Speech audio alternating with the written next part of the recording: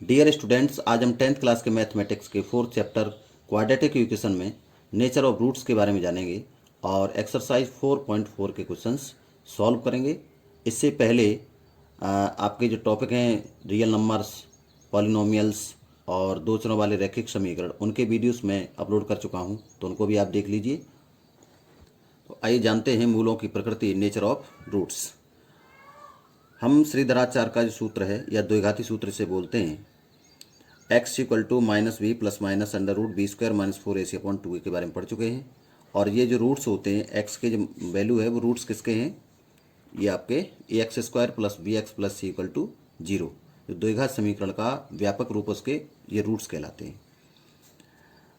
अब इसमें under root B square minus 4ac, under root B square minus 4ac इसे हम d से रिप्रेजेंट करते हैं। इसको कहते हैं विविक्त कर, डिस्क्रिमिनेंट। तो नेचर ऑफ रूट्स डिपेंड करता है बी स्क्वायर माइनस 4ac पर, यानी डी पर।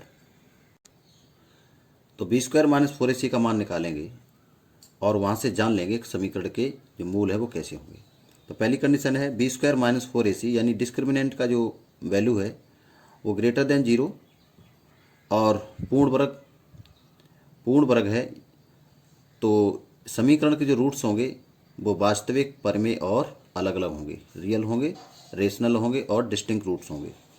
B square minus 4ac is greater than 0 और पूर्ण वर्ग नहीं है, यानी होल स्क्वायर नहीं है, तो ऐसी स्थिति में समीकरण के मूल वास्तविक होंगे, रियल होंगे, अपरिमेय होंगे, इरेशनल होंगे और डिस्टिंक्ट रूट होंगे इसके।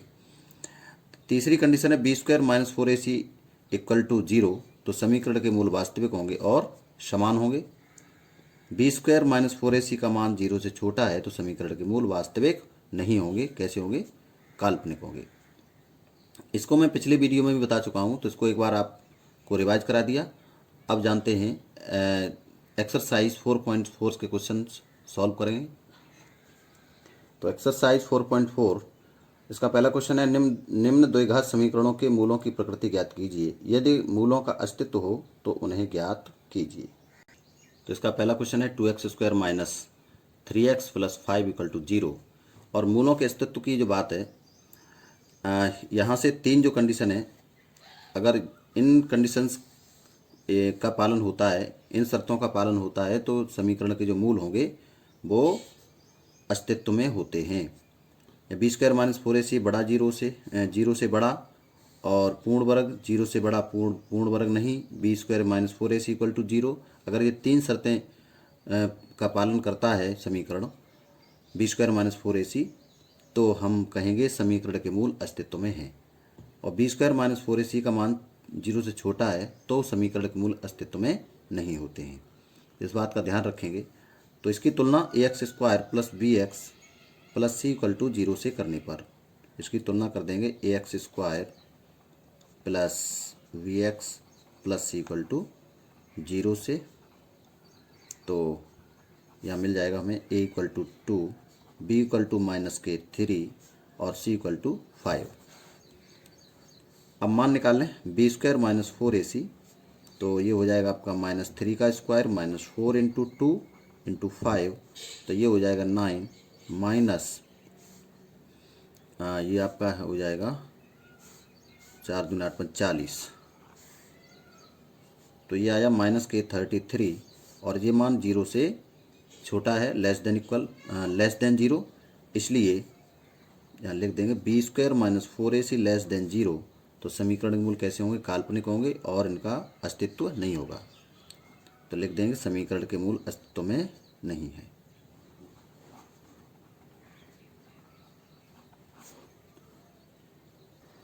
इसका सेकंड पार्ट है पहले क्वेश्चन का, 3x स्क्वायर माइनस के 4 अंडर रूट 3x प्लस 4, और ये बताना है मूलों का अस्तित्व है या नहीं। अगर अस्तित्व है तो उन्हें ज्ञात करिए। तो यहाँ पर तुलना कर देंगे ax square plus B x plus C equal to 0 से, तो a इक्वल टू आ जाएगा 3, b इक्वल टू हो जाएगा माइनस के 4 अंडर रूट 3 और c इक्वल टू आ जाएगा 4। बी स्क्वायर माइनस 4ac की वैल्यू निकालें तो B square minus 4ac equal to minus के 4 अंडर रूट 3 का स्क्वायर माइनस 4 इंटू 3 इंटू 4, तो ये हो जाएगा आपका 4 चौके 16, 4 चौके 16 3 48, 48, और ये भी हो जाएगा 48 48 minus 48 equal to 0, B square minus 4ac equal to 0। इसलिए समीकरण के मूल कैसे होंगे? अस्तित्व में होंगे और समान होंगे, अस्तित्व में हैं। अब अस्तित्व में हैं तो इनके रूट्स ज्ञात करने हैं। तो हमारे पास 3x square minus 4 under root 3x plus 4 equal to 0, इसको लिख सकते हैं 3 को अंडर रूट 3x का square minus 2 into 2 under root 3x, या 4 अंडर रूट 3x को इस प्रकार लिखा जा सकता है, और प्लस 2 का स्क्वायर इक्वल टू 0। तो ये क्या देखते हैं, ये अंडर रूट 3x प्लस 2 का होल स्क्वायर है, अंडर रूट 3x माइनस 2 का, अंडर रूट 3x माइनस 2 का होल स्क्वायर, ए माइनस बी के होल स्क्वायर के सूत्र से। तो ये हो जाएगा आपका अंडर रूट 3x माइनस 2 का होल स्क्वायर इक्वल टू 0। यहाँ से under root 3x minus 2, under root 3x minus 2 equal to 0। तो ये हो जाएगा under root 3x minus 2 equal to 0। तो under root 3x equal to 2, तो x इक्वल टू आ जाएगा 2 अपॉन अंडर रूट 3। यहाँ से भी x की वैल्यू 2 अपॉन अंडर रूट 3 आएगी, तो दो मान आ जाएंगे x के, 2 upon under root 3 comma 2 upon under root 3। तो ये हो जाएंगे समीकरण के मूल, या इनको हल भी कहते हैं। अगला इसका थर्ड पार्ट है 2x square minus 6x plus 3। तो यहाँ चेक करना है समीकरण के मूल अस्तित्व में है या नहीं। तो सबसे पहले इसकी तुलना कर देंगे ax square plus bx plus c equal to 0 से। तो a इक्वल टू आ जाएगा 2, b इक्वल टू आ जाएगा माइनस के 6 एंड c इक्वल टू आ जाएगा 3। मान निकाल लें b square minus 4ac, b square के बजाय माइनस 6 का स्क्वायर माइनस 4 इंटू 2 इंटू 3। तो ये हो जाएगा आपका 36, और 4 दूनी 8 24। तो यहाँ से इसको घटा देंगे तो कितना बचेगा, 2 1 12।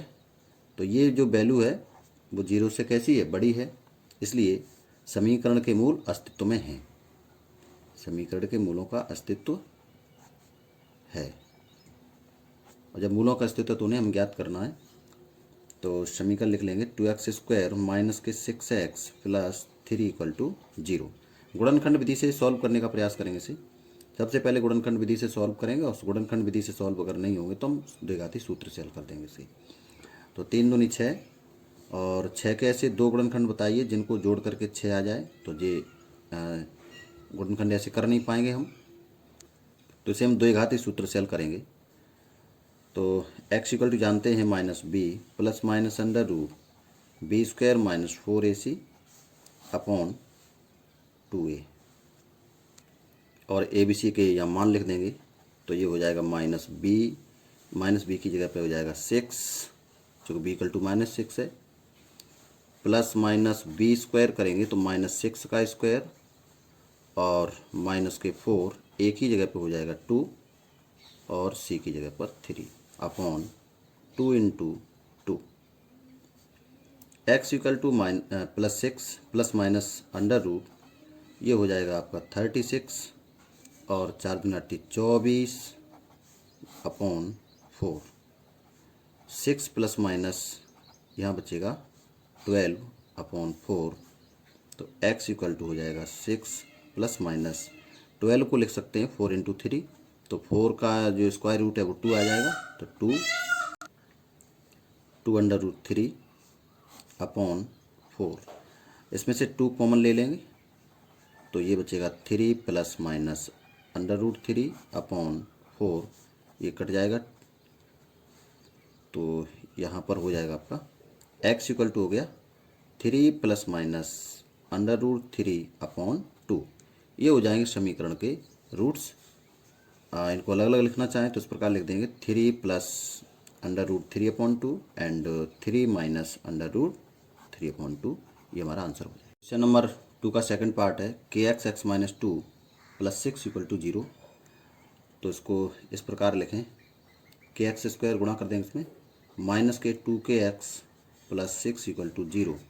अब इस समीकरण के मूल, इस इक्वेशन के रूट्स कैसे हैं, इक्वल हैं, समान हैं, इसलिए यहाँ से मान निकालेंगे ए बी सी के, इसकी तुलना कर देंगे X square plus B x plus C equal to 0 से। तो ए इक्वल टू आ जाएगा के, बी इक्वल टू आ जाएगा माइनस के 2k and c equal to आ जाएगा 6, और मूल ये समान है, इसलिए क्या होगा B square minus 4ac equal to 0। क्या हो जाएगा B square minus 4ac equal to 0, चूँकि समीकरण के मूल समान है। बी की जगह लिख देंगे माइनस के 2k स्क्वायर माइनस 4 इंटू ए की जगह पर k इंटू सी की जगह पर 6 इक्वल टू 0। यहाँ से ये आ जाएगा आपका 4k स्क्वायर माइनस के 24k इक्वल टू 0। इसमें से कौन मिल जाएगा 4k, तो बचेगा आपका k माइनस के 6 इक्वल टू 0। या तो k 4k इक्वल टू 0 या फिर k माइनस 6 इक्वल टू 0। तो यहाँ से 4k इक्वल टू 0 या k minus 6 equal to 0। k equal to क्या आ जाएगा 6 और यहाँ से निकलता है k इक्वल टू 0। तो k की वैल्यू 0 के बराबर नहीं हो सकती, क्योंकि जो ax square plus bx plus c equal to 0 ये द्विघात समीकरण कब होता है, जब a is not equal to 0। तो k की वैल्यू अगर 0 हो जाएगी तो फिर ये द्विघात नहीं रहेगा, तो ये k का मान आपका रहेगा अमान्य, इसे छोड़ देंगे। तो हमारा जो आंसर होगा k इक्वल टू 6। अगला है क्वेश्चन नंबर 2। क्वेश्चन नंबर 3, क्या एक ऐसी आम की बगिया बनाना संभव है जिसकी लंबाई चौड़ाई से दोगुनी हो और उसका क्षेत्रफल 800 वर्ग मीटर हो? यदि है तो उसकी लंबाई और चौड़ाई ज्ञात कीजिए। तो मान लेंगे आम की जो बगिया है उसकी चौड़ाई x है, माना बगिया की चौड़ाई x मीटर है, तो लंबाई क्या हो जाएगी, लंबाई है वो चौड़ाई की दोगुनी है, तो लंबाई हो गई आपकी 2x मीटर, दोगुनी है। उसका जो क्षेत्रफल है वो 800 वर्ग मीटर स्क्वायर। तुम जानते हैं क्षेत्रफल का सूत्र, आयत का जो क्षेत्रफल होता है उसका सूत्र है लंबाई गुणा चौड़ाई। तो क्षेत्रफल बगिया का क्षेत्रफल इक्वल टू कितना दिया इसमें 800 मीटर स्क्वायर, और हम निकालें क्षेत्रफल तो लंबाई गुणा चौड़ाई, लंबाई गुणा चौड़ाई कर देंगे तो 2x into x equal to 800। यहाँ से 2x square equal to 800, x square equal to आ जाएगा 400 और x का अगर मान निकालेंगे तो आएगा प्लस माइनस 20।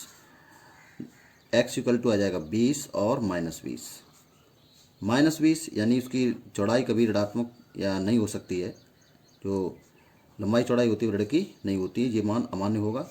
तो x इक्वल टू कितना हो गया 20। तो बगिया की चौड़ाई कितनी 20, बगिया की चौड़ाई निकली 20 मीटर और इसकी लंबाई कितनी हो जाएगी, लंबाई 2x यानी 2 इंटू 20 इक्वल टू 40 मीटर, ये हो जाएगा आंसर। अगला है क्वेश्चन नंबर 4, क्या निम्न स्थिति संभव है? यदि है तो उनकी वर्तमान आयु ज्ञात कीजिए। दो मित्रों की आयु का योग 20 वर्ष, 4 वर्ष पूर्व उनकी आयु का गुणनफल 48 था।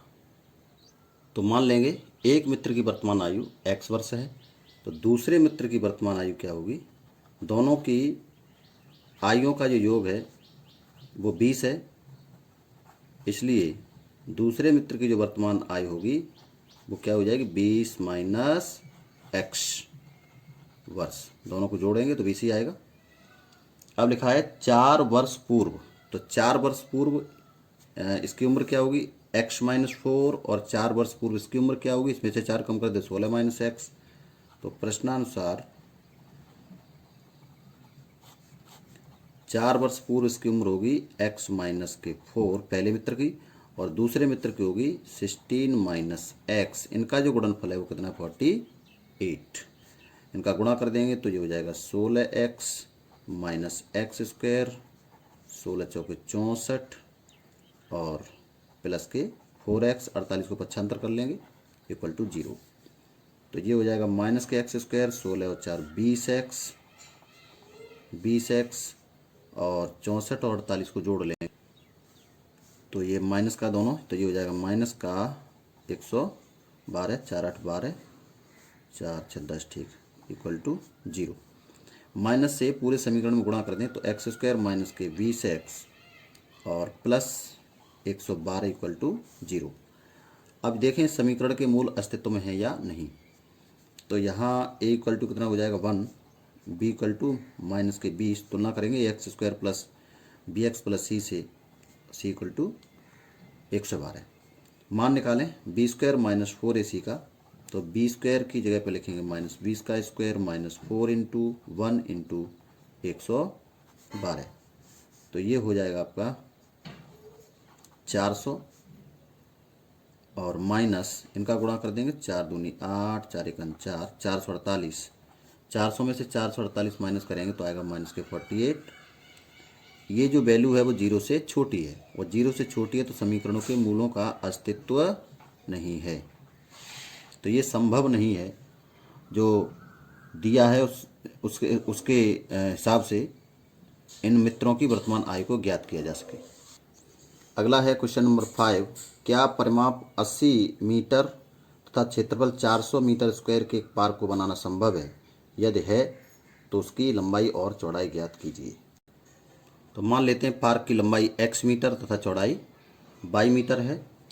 परिमाप दिया इसका 80 मीटर, तो परिमाप हम जानते हैं 2 लंबाई प्लस चौड़ाई, तो 2x प्लस y ये दिया आपका 80, 2 से इसे भाग दे देंगे तो x plus y equal to आ जाएगा 40, इसे लिख दें समीकरण 1। यहाँ से मान भी निकाल लें, y equal to 40 minus X, इसे लिखें समीकरण नंबर 1। और इसका क्षेत्रफल दिया है 400 मीटर स्क्वायर, तो क्षेत्रफल जानते हैं, क्षेत्रफल कितना दिया है 400 वर्ग मीटर। तो क्षेत्रफल का सूत्र क्या होता है, आयत का क्षेत्रफल लंबाई गुणा चौड़ाई, तो x into Y equal to 400। यहाँ से x और y की जगह पर लिख देंगे 40 माइनस एक्स, 40 माइनस एक्स और इक्वल टू 400, तो ये हो जाएगा आपका 40x माइनस एक्स स्क्वायर, और 400 को पक्षांतर करेंगे तो माइनस के 400 इक्वल टू 0। माइनस से पूरे समीकरण में गुणा कर दें तो एक्स स्क्वायर माइनस के 40x और प्लस के 400 equal to 0। X square minus से सॉल्व करें से तो ये हो जाएगा आपका 2 इंटू 20x प्लस 20 का वर्ग, तो ये x माइनस 20 का होल स्क्वायर हुआ, x माइनस 20 का होल स्क्वायर इक्वल टू 0, यानी x माइनस 20 x माइनस के 20 इक्वल टू 0। यहाँ से x माइनस 20 इक्वल टू 0, तो x इक्वल टू क्या आ जाएगा 20, और दूसरा जब कोष्टक लिखेंगे x माइनस 20 इक्वल टू 0 तब भी x इक्वल टू कितना आएगा 20। तो x का मान क्या आया 20 आएगा, तो हम y का मान निकाल लेंगे। y इक्वल टू हो जाएगा, y इक्वल टू है 40 माइनस एक्स, और y equal to 40 minus X की जगह पे लिखेंगे 20, तो यहाँ से आ जाएगा 20।